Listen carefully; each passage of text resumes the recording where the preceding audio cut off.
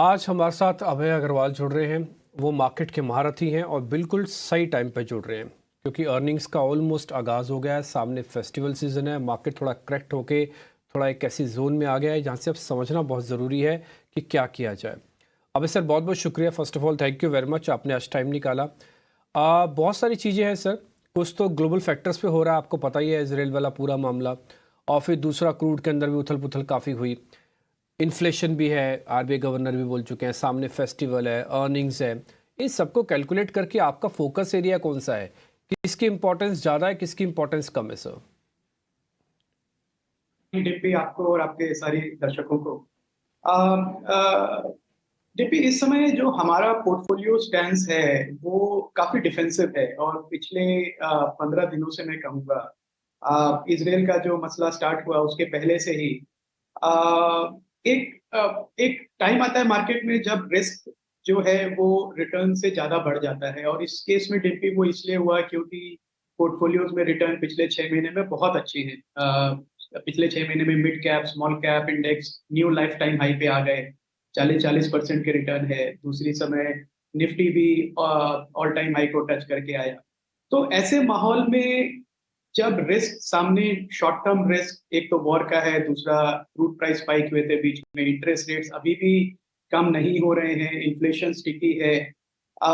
तो ऐसे माहौल में डिप्पी हमने अपना पोर्टफोलियो काफी डिफेंसिव किया है। हमने अपने जो mid and large small cap stocks का वेटेज 75% से घटा के 50% किया है पोर्टफोलियो में। प्रॉफिट बुकिंग करी है काफी। लार्ज कैप्स हमने बढ़ाए हैं 25% से 35% पे, और 15% का हमने कैश रखा है अपॉर्चुनिस्टिकली बाई करने के।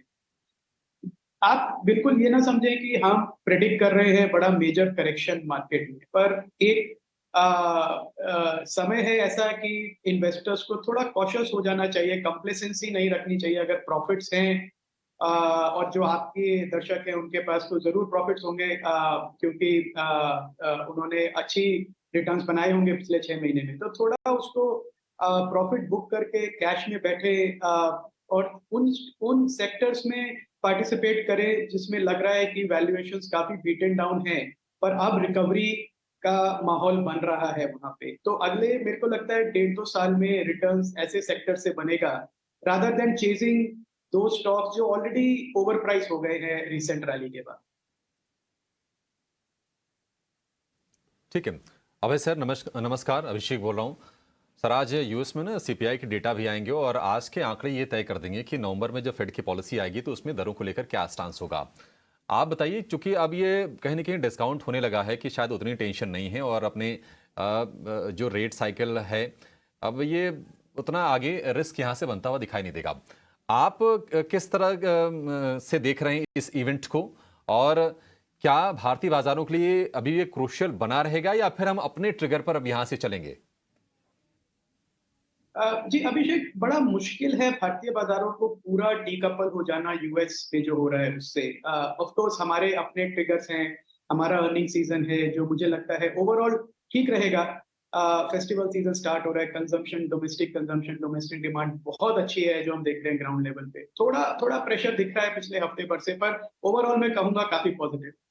पर जो यूएस में जो हो रहा है अभिषेक, वो भी एक देखने वाली बात है कि डिस्पाइट फेड का अब क्लियर इंटेंशन है कि रेट्स यहाँ से ना बढ़े, पर फेड एक बहुत बड़ा बोरोवर भी है। और जब चाइना फेड के जो जो ट्रेजरीज नहीं खरीद रहा है इस समय, और बाकी सेंट्रल बैंक्स भी नहीं खरीद रहे हैं, तो एक ऐसा माहौल बन गया है कि जहां पे फेड रोज $30 बिलियन की बोरोइंग करना चाहता है, पर जो ट्रेडिशनल लेंडर्स हैं फेड को, वो मार्केट में नहीं है इस समय। चाइना इनफैक्ट अपने इस समय अपनी यूएस ट्रेजरीज की होल्डिंग इतनी उसने कम कर दी है $800 बिलियन पे, कि वो 14 साल के लो लेवल पे आ गए हैं, और यहाँ पे भी रुक नहीं रहे हैं क्योंकि वो ट्रेजरीज बेच के और अपनी इकोनॉमी को पंप प्राइम करना चाहते हैं, और बाकी बैंक्स भी ऐसे ही कर रहे हैं।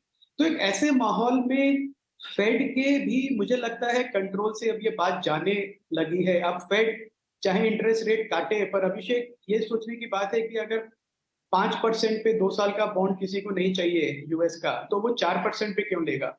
और ये एक बड़ी दुविधा है। और यूएस का जो अनस्टॉपेबल बोरोइंग प्रोग्राम है जो रुक ही नहीं रहा है, अब उसके बारे में लोग चिंता करने लगे हैं। तो सीपीआई का डेटा जो आएगा आज, वो डेफिनेटली एक मार्केट को शॉर्ट टर्म रिएक्शन देगा, पर ओवरऑल जो ओवर बोरोइंग है यूएस गवर्नमेंट की, और उसकी वजह से जो इंटरेस्ट रेट्स रुक नहीं रहे हैं और फेड के भी कंट्रोल से बाहर बात हो गई है, ये एक बड़ा चिंता का विषय है ग्लोबल फंड मैनेजर्स के लिए।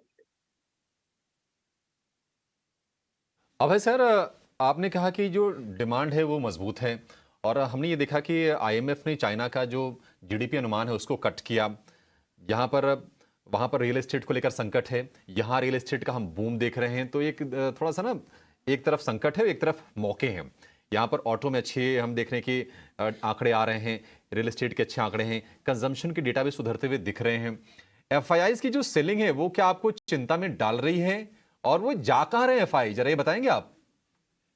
अभिषेक, एफआईज की सेलिंग ऑब्वियसली ना हो तो अच्छा है मार्केट के लिए, पर अब हमारा डोमेस्टिक फ्लोज भी इतने स्ट्रांग है कि करीब 16 से 20-25 हजार करोड़ महीने का म्यूचुअल फंड फ्लोज आ जाते हैं, प्लस रिटेल पार्टिसिपेशन हो जाता है। तो वो अभी तो ऑफसेट कर रहा है एफपीआई सेलिंग की, जो उसी रेंज में है।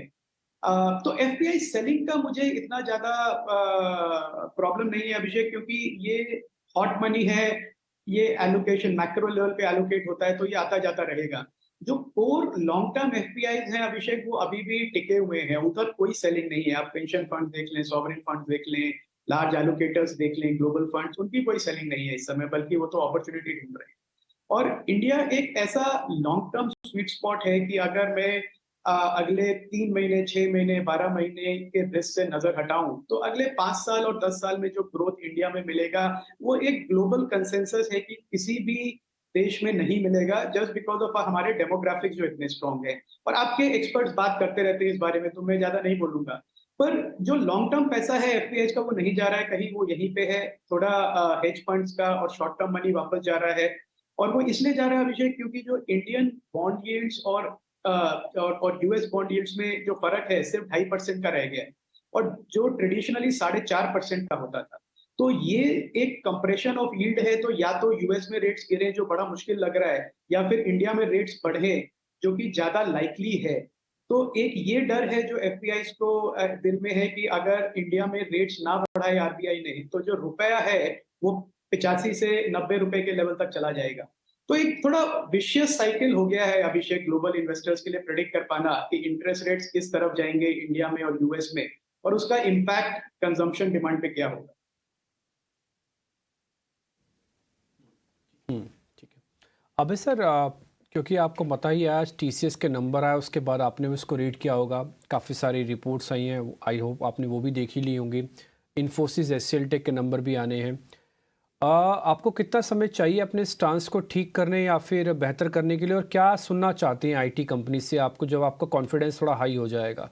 क्योंकि मैं जो ग्राफिक्स में देख पा रहा हूँ जो हमारी टीम ने हमको प्रोवाइड किया, उसमें लिखा है कि आपका आईटी पे स्टांस अभी उतना पॉजिटिव है नहीं। तो कंपनी क्या करें कि आपका स्टांस का पॉजिटिव हो जाए और आप उसको नोटिस करेंगे? जी, भी हमारा स्टैंस बायस जो है हमारा नेगेटिव है पिछले 1.5 साल से, और हमने कोई भी आईटी स्टॉक पोर्टफोलियो में लार्ज कैप या स्मॉल कैप ऐड नहीं किया। और लार्ज कैप स्पेशली इसलिए नहीं ऐड किया क्योंकि जो इंडियन कंपनीज हैं डिप्पी, एक एक मार्केट में एक ये व्यू है कि डिमांड एनवायरनमेंट स्लो है, और हम जितना अपना रिसर्च करते हैं उसमें ये दिख रहा है कि डिमांड एनवायरनमेंट तो थोड़ा स्लो है। और वो एक्सेंचर की कमेंट्री में भी हमने देखा, कैप जेमिनाई की कमेंट्री में भी देखा कि वो प्रिडिक्ट कर रहे हैं कि ग्रोथ जो होगा वो कम होगा, पर फिर भी एक्सेंचर जैसी कंपनी 6 से 8% का ग्रोथ प्रिडिक्ट कर रहा है, और दूसरी तरफ हमारी कंपनी है जो कांस्टेंट करेंसी में 0% पे चल रही है, फ्लैट है एकदम। और डिप्पी वो इसलिए हो रहा है कि हमारी जो कंपनीज हैं वो फ्रैंकली इनोवेट नहीं कर पा रही है। एक बड़ा जो कस्टमर्स हैं यूएस में या ग्लोबल मार्केट्स में जो $200 मिलियन की से ज्यादा की डील्स देते हैं, वो इस समय इंसिस्ट कर रहे हैं कि एफिशिएंसी और प्रोडक्टिविटी बढ़े। तो 200 मिलियन के बदले में उनको ज्यादा आउटपुट चाहिए, और वो ज्यादा आउटपुट तब आएगा जब आप जनरेटिव एआई और एआई के रिलेटेड जो नई टेक्नोलॉजीज हैं वो यूज करें।